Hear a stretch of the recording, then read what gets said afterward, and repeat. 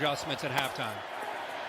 To a rolling left with the grain, and down he goes. Slung down in his own 48-yard line. Josh Tupu. And well, we saw last week, and he went down, he got up, was wobbly. The training staff comes out. And of course, the last thing the Dolphins wanted to see, I mean, last week it looked for all the world. Everybody thought head injury, concussion, passed the protocol, came back second half, led him to a victory.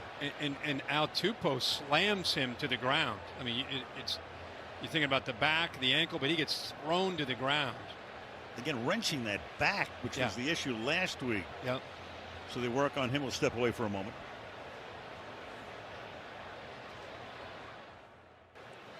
Not going to speculate, but Tagovailoa is still down as they work on him, and we'll show you in a moment the way his fingers were stretching out at the end of that play.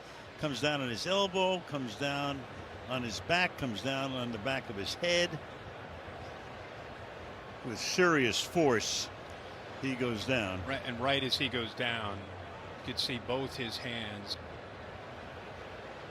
You just get right away, you get concerned. They're bringing a stretcher out right now. And he was brought down. I mean, a big man bringing 340 pounds, bringing him down with a lot of force right onto his back and on the back of his helmet. Off of the week that he had last week. I mean, he's just being a gamer playing tonight, trying to be there for his team. Could see the concern of the rest of his teammates. They'll take him back, and Teddy Bridgewater will come in when play resumes. Talking to our sports medicine analyst, longtime trainer for the Jacksonville Jaguars, before that the Giants. And Mike Ryan tells us when he sees that, and he's watching this as you are as well, it's a neurological response to head trauma. So they're stabilizing him right now. Head hits the turf. Elbow hit first, then the head.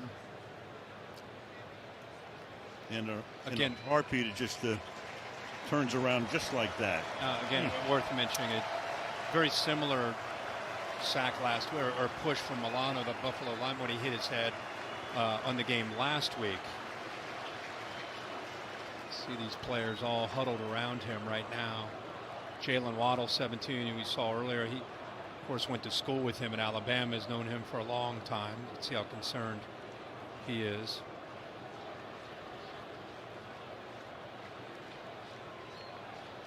So Tua, and the Tua chant going up from the Bengal crowd.